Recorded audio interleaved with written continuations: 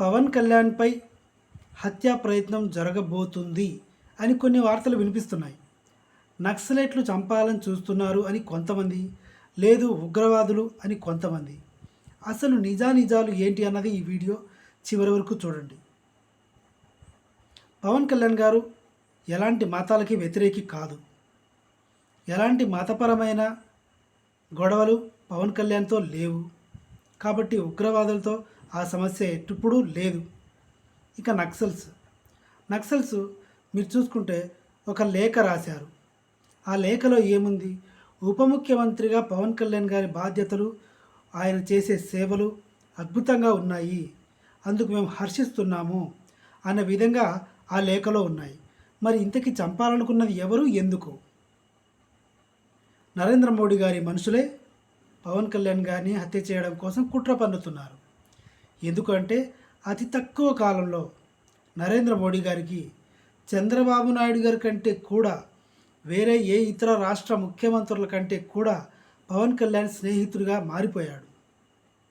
పవన్ కళ్యాణ్ ఇష్టాలు, అభిప్రాయాలు అన్నీ నరేంద్ర మోడీ గారికి బాగా నచ్చాయి. ఇద్దరికి మంచి బాండింగ్ కుదిరింది.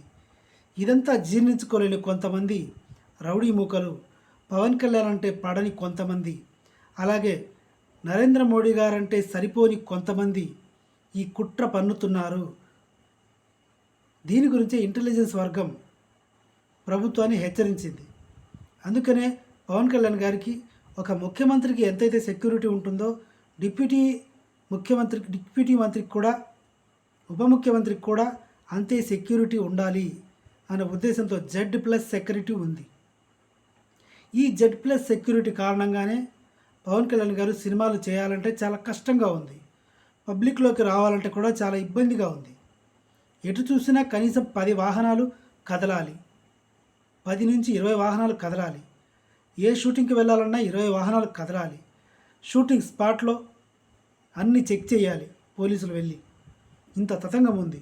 మొత్తంగా నక్సల్స్ నుంచి ప్రమాదం లేదు, ఉగ్రవాదుల నుంచి కూడా ప్రమాదం లేదు. మోడీ మనుషుల నుంచి, కొంతమంది తిరుగుబాటుదారుల నుంచి పవన్ కళ్యాణ్కి ముంపు పొంచి ఉంది. వీడియో నచ్చితే సబ్స్క్రైబ్ చేయండి. Thank you.